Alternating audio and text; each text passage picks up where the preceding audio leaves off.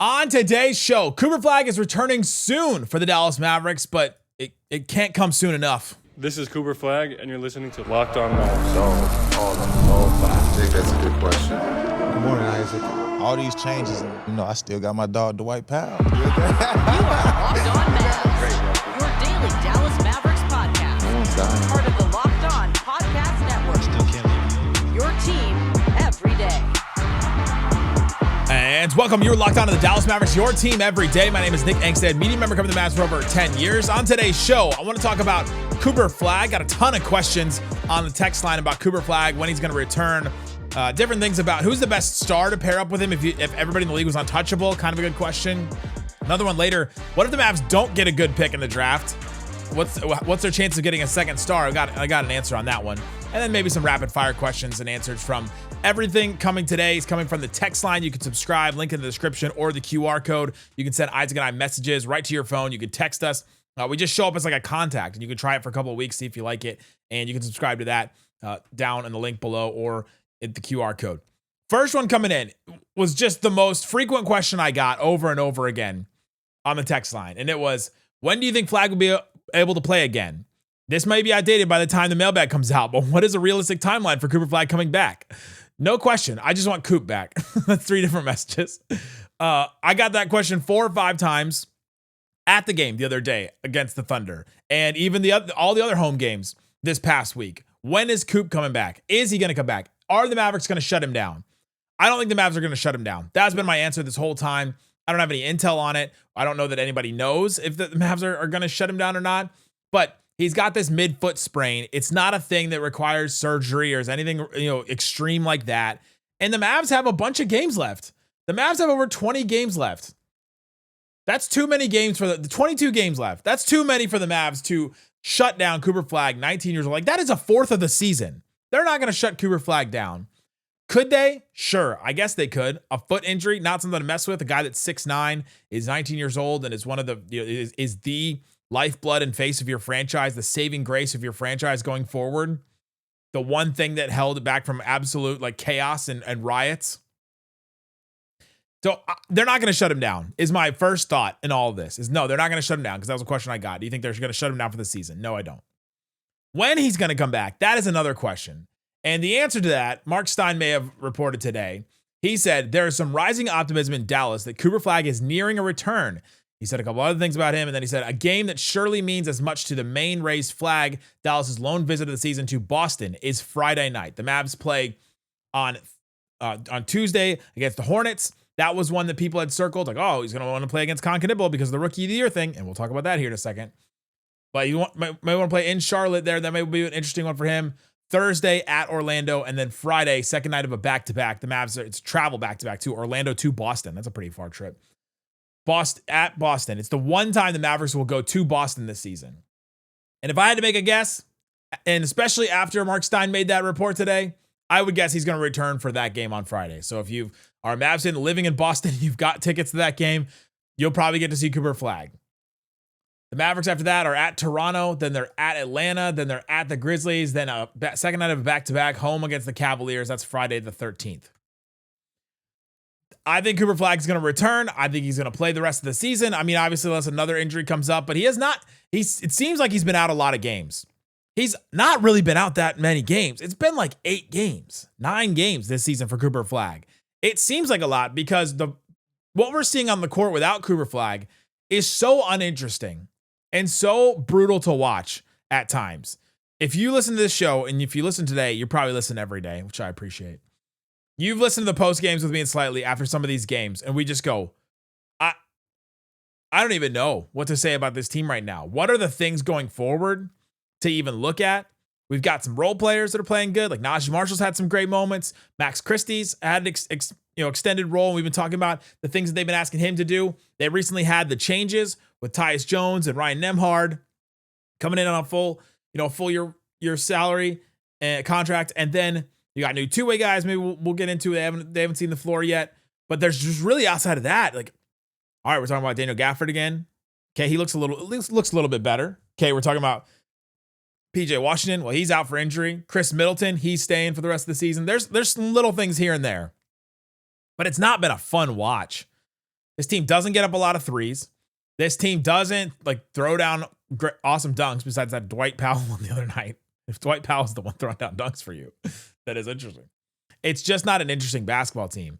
Cooper Flagg is the one thing to me that has made this team interesting, has made this team fun to watch, has made this team like give Mavs fans hope watching this team. Because I don't think these young guys between AJ Johnson, even Ryan Nembhard, like I don't know if there's a pop there that we're all of a sudden going to go, oh, like that guy could go from, okay, he's an NBA player to, oh, he's a starter, maybe he's a high-end role player. Even Max Christie, I don't know that ceiling is there for him.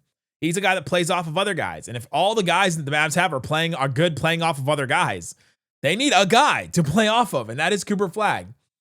And so his return can't come soon enough for me, just for the play on the court. Now, will it affect the Mavs tank?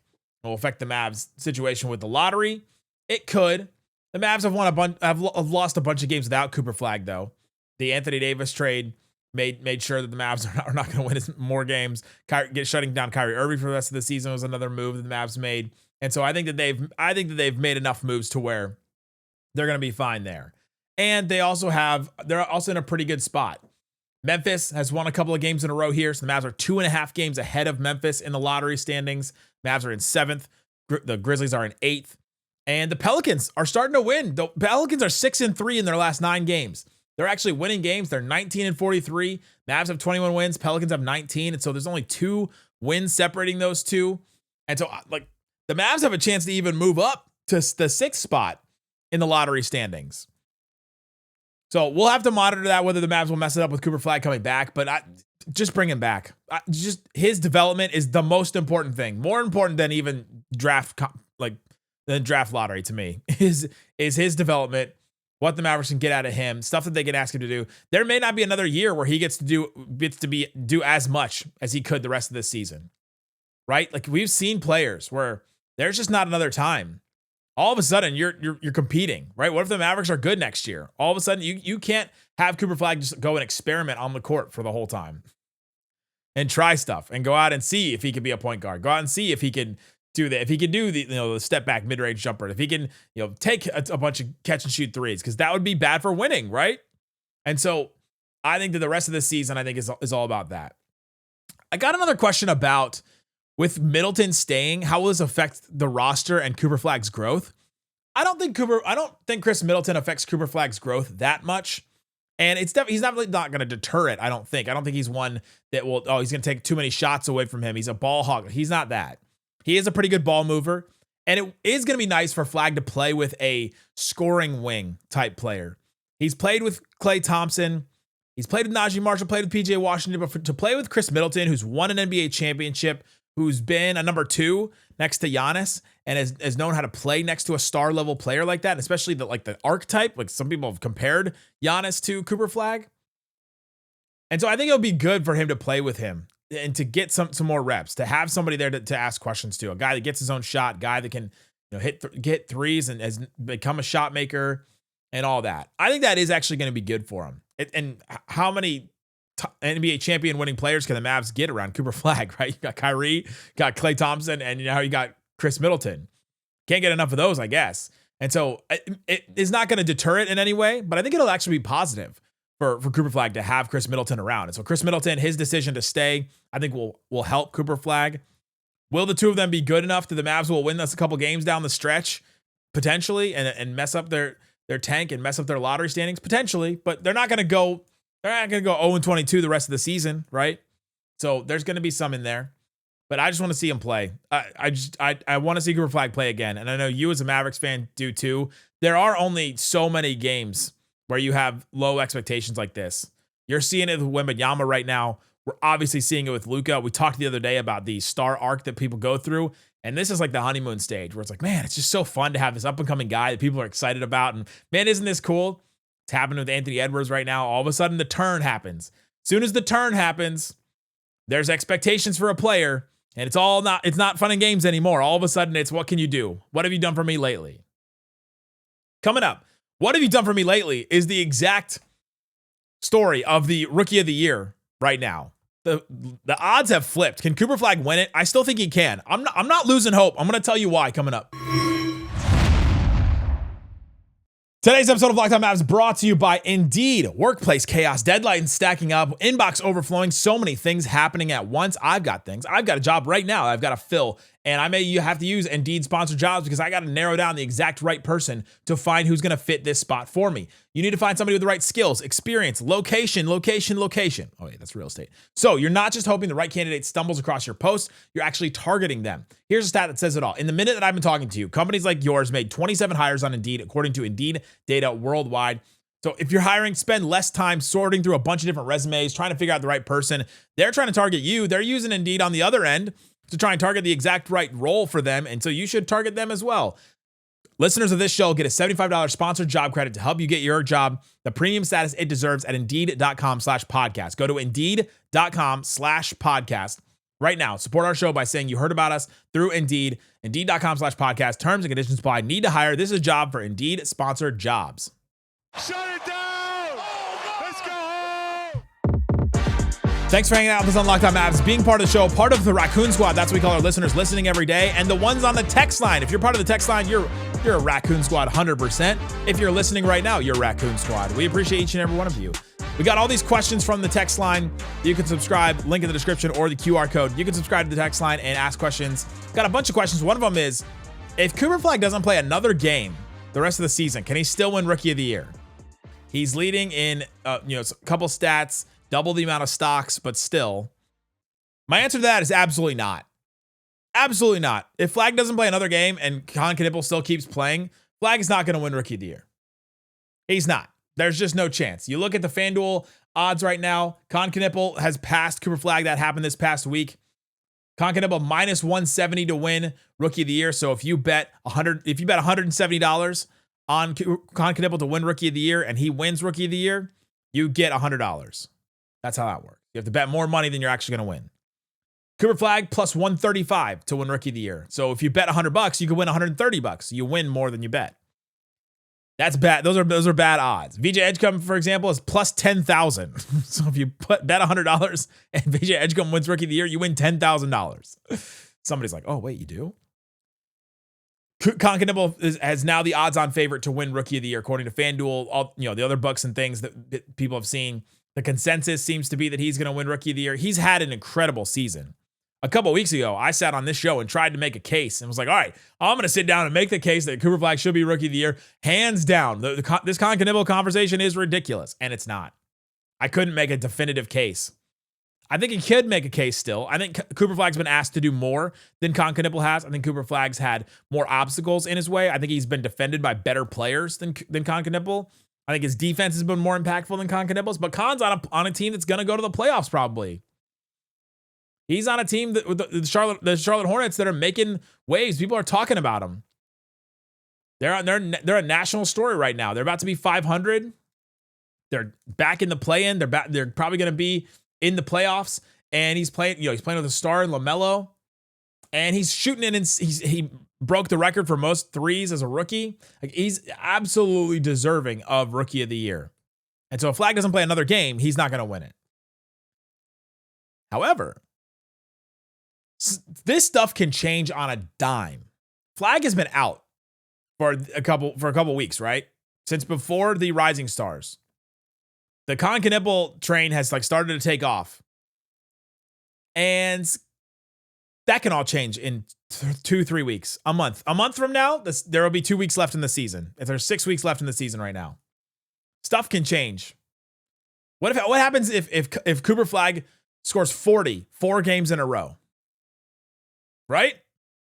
We're watching this team. If you're listening to the show, you're watching this Mavs team right now, right? Cooper Flagg can absolutely go out there and score 40 points 4 games in a row. He's going to get 30 shots a game on this team. He could absolutely do that. And if he does that, what happens to the national narrative? All of a sudden, it's going to shift again. It's going to go back to Cooper Flagg. And we're talking about, man, we've been overthinking this. Look how good Cooper Flagg is. And man, he gets his own shot. Man, he's got no help on this team. And look, that can change completely. And so if the season ended right now, if Cooper Flagg's season ended right now, Con Knipple would win a Rookie of the Year for sure. But there's still time. That's the thing. Would I pick Cooper Flagg to win Rookie of the Year? Probably not. I would probably still pick Con Knipple. His season's been absolutely insane. The momentum he's got already behind him is wild. But Cooper Flagg will probably come back on Friday against the Celtics. And then what? How many games would there be left then? The Mavs would have, let's see, 22 left. Mavs have 20 games left when he comes back. He plays the last 20 games of the season. So how much can change in 20 games? What was 20 games ago? What was 20 games ago for the Mavericks? 20 games ago, I think Anthony Davis was still on the Mavericks. Right? Yes, absolutely. Anthony Davis was still 20 games ago. 1, 2, 3. 20 games ago was like, I don't know, a month and a half. Like the Brooklyn. Yeah, Anthony Davis was still on the Mavericks 20 games ago. So think about how much has happened between then and the Mavs went on a 10-game losing streak between then and now. A lot can happen. A lot can happen. That's why I'm not done. Slightly thinks it's done. Slightly and I have had conversations about this, and he's like, oh, it's over. Khan has just got this. And he does right now.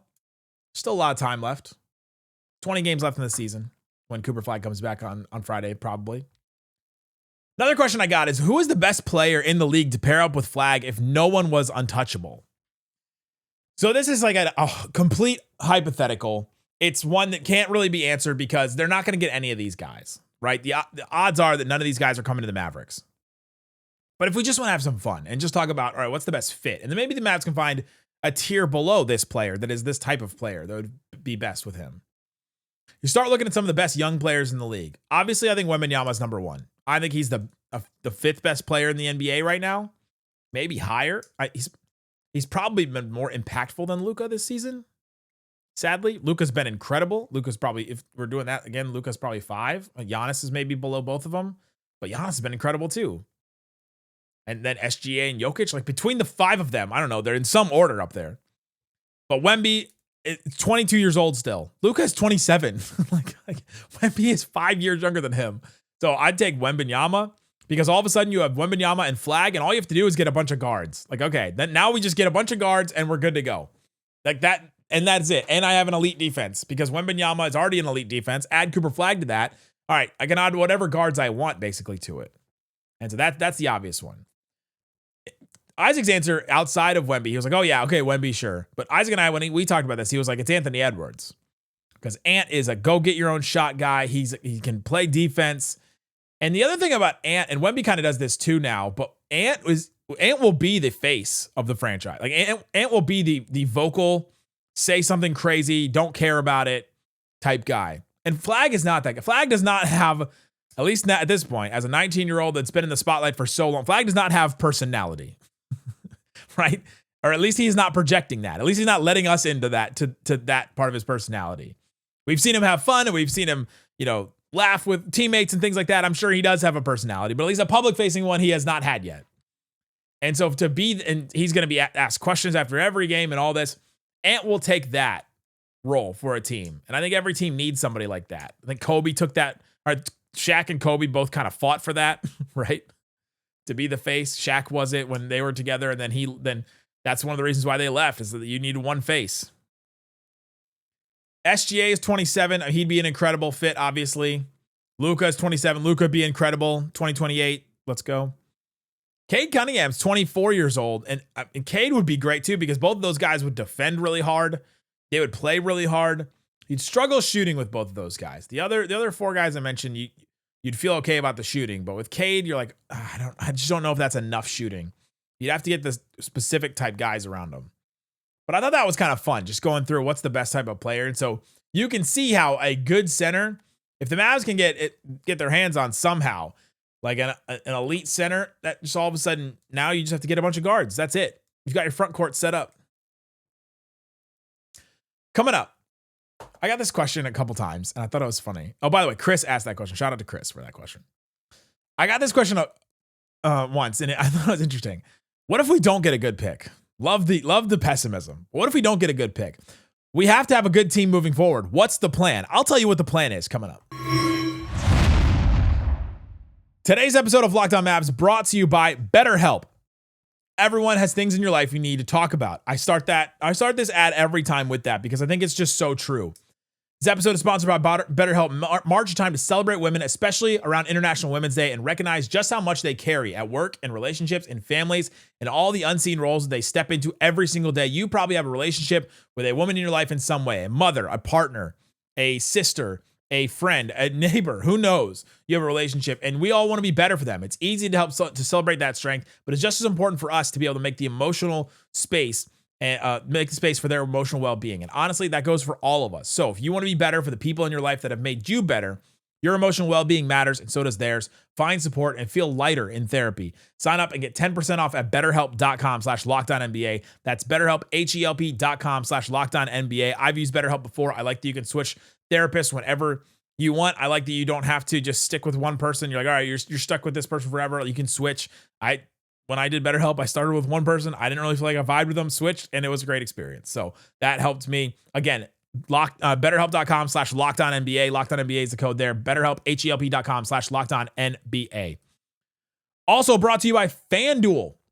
College basketball is nonstop. We're about to be focused a lot on college basketball, a lot on these guys in the draft for sure. Isaac's doing a show a little bit later today about the draft. Big games, tight spreads, momentum swings every single night, from early tip-offs to late night West Coast shootouts. There's always action on the board. There's nothing. There's always everything where always is nothing.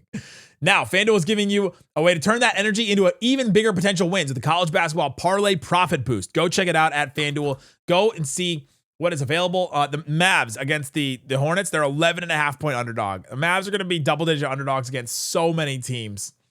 They have odds on Jason Tatum. I wonder if they have odds on him returning, because people think he's going to return for this Mavs game. They have his first bucket when he comes back. His first basket in the season. 3-point is plus 190. Other is plus 190. Layup plus 380. Free throw plus 470. Dunk plus 1600. You can go do stuff like that. Head to FanDuel.com, get started. That's FanDuel.com. FanDuel, play your game. Shut it down! Let's go home! All right, Isaac, let's talk about the Mavericks going forward, because I got this question and I thought it was funny. It said, assuming we don't get a good pick, we have to be a good team moving forward. What's the plan? All right, so let me answer this question in a way that explains the question. So the Mavs have this pick in 2026. Right now, it's why we've been talking about the tank race. It's why I've been wearing the helmet and Isaac's been wearing the helmet. We've been doing the lottery updates, and we've been excited when the Mavs lose games and all this, because this pick the Mavs have in this 2026 draft represents the Mavs' best possible chance to get a good running mate next to Cooper Flagg. It is their best chance. This pick right here.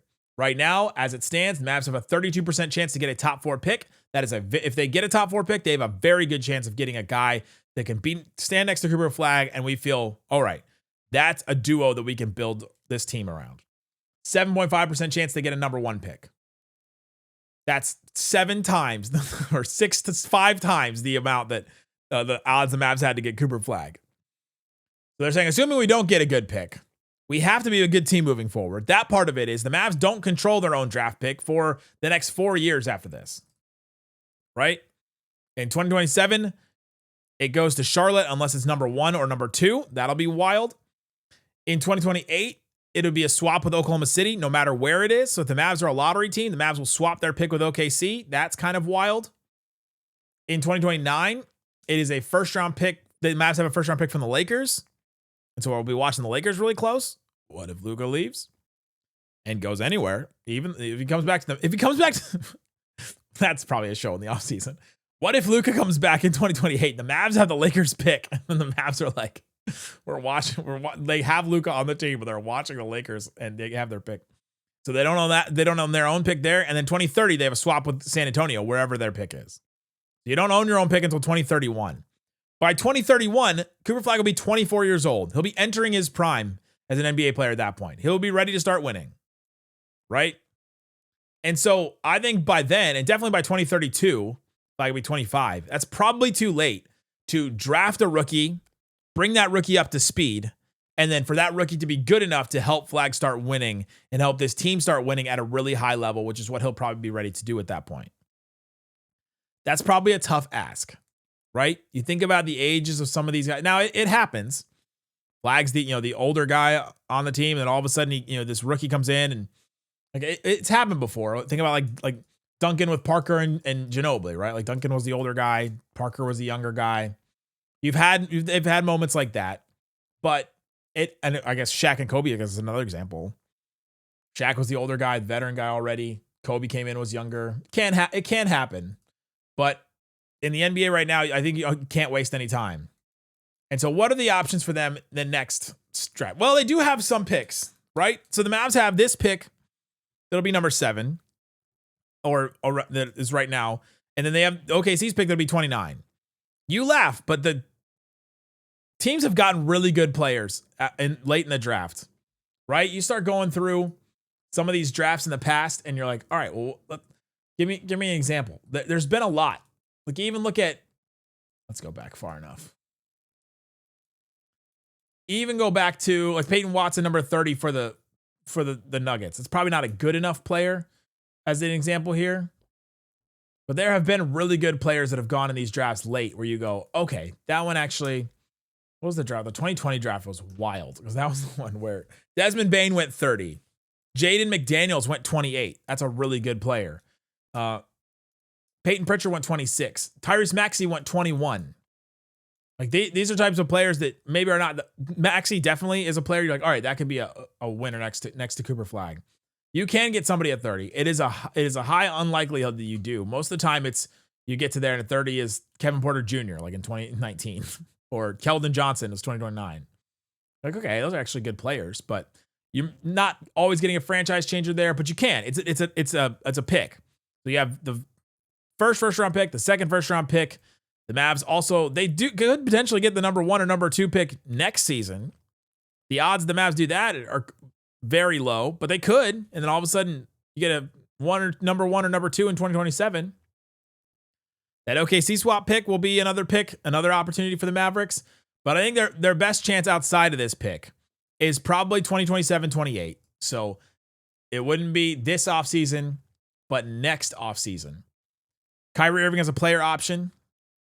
If he's still on the team at that point, he decides if he wants to play that out or if he wants to go somewhere else. But even if he stays, Khris Middleton, well, his money comes off the books this offseason, and so his money won't be there anymore. Klay Thompson's money comes off the books for that offseason. You got Gafford making 18, PJ making 21, Cooper Flagg still on his rookie deal. Caleb Martin has a player option for $9 million. Naji Marshall's deal is off the books. Max Christie has a player option that year. Derek Lively is a free agent, so we'll have to figure out what to do with there. Everybody else is off the books. AJ Johnson's got a team option. And so the Mavs will have max cap space in 2027-28, that offseason. So after the 2026-27 season, they'll have max cap space, and I think that's the path forward, is to do that. You either get somebody in this draft, you cobble together enough to make a trade potentially. That's always on the table, and that's usually how people can get stars. But the Mavs do have that opportunity where they can reset their books, get a bunch of good guys, or they use that cap space and sign a bunch of guys, and then they use that to trade for the next guy. But I think you got to find the next guy in the next 4 years or so. Because by the time you get your own pick in 2031, Flagg's going to be 24, 2032, he's going to be 25. I think you got to figure out who that next guy is by then. There you go. That's my thoughts on the Mavericks and Cooper Flagg, especially when he's going to come back. Please, Cooper Flagg, come back. We need some happy Mavs games. Thanks so much for hanging out with us on Locked On Mavs. Check the QR code links in the description for different ways to follow the show, including the text line I've been talking about. Guys, thanks so much for listening to Locked On Mavs. Peace out.